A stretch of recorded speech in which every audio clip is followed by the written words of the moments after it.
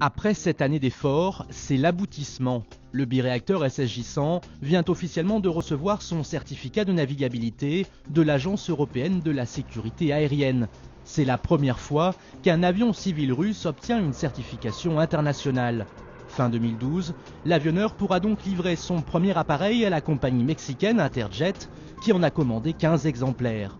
Le début d'une conquête du marché aéronautique civil, d'une percée plutôt, car l'appareil de 100 places se situe entre deux mondes, celui des régionaux, dominés par Embraer et Bombardier, et des monocouloirs de Boeing et d'Airbus. Le Sukhoi Superjet 100 va donc devoir séduire en priorité l'Afrique et l'Amérique latine, avec deux atouts de taille, son rayon d'action 2500 à 3000 km et son prix 36 millions de dollars l'exemplaire, c'est 10% moins cher que ses concurrents.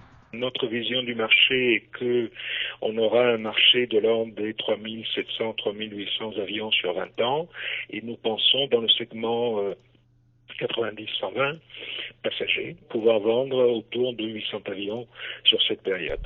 Et pour mettre toutes ses chances de son côté, l'avionneur russe a su tirer les leçons du passé, en s'entourant notamment de partenaires solides. C'est le premier avion qui était pensé dans une optique radicalement différente par rapport au passé. Le fait que l'intégralité des systèmes à bord de cet avion sont d'origine occidentale, le train d'atterrissage, le moteur, l'avionique, mais aussi les commandes de vol. Le deuxième élément important, je crois, est le fait que l'industrie russe, pour la première fois également, s'est associée avec un constructeur occidental qui est Alenia Airman pour que les faiblesses historiques des avions civils russes, que sont essentiellement le support après-vente et la commercialisation, soient faits en partenariat avec un constructeur occidental. Prochaine étape pour le SSJ-100, la certification américaine de la FAA d'ici 1 à 2 ans.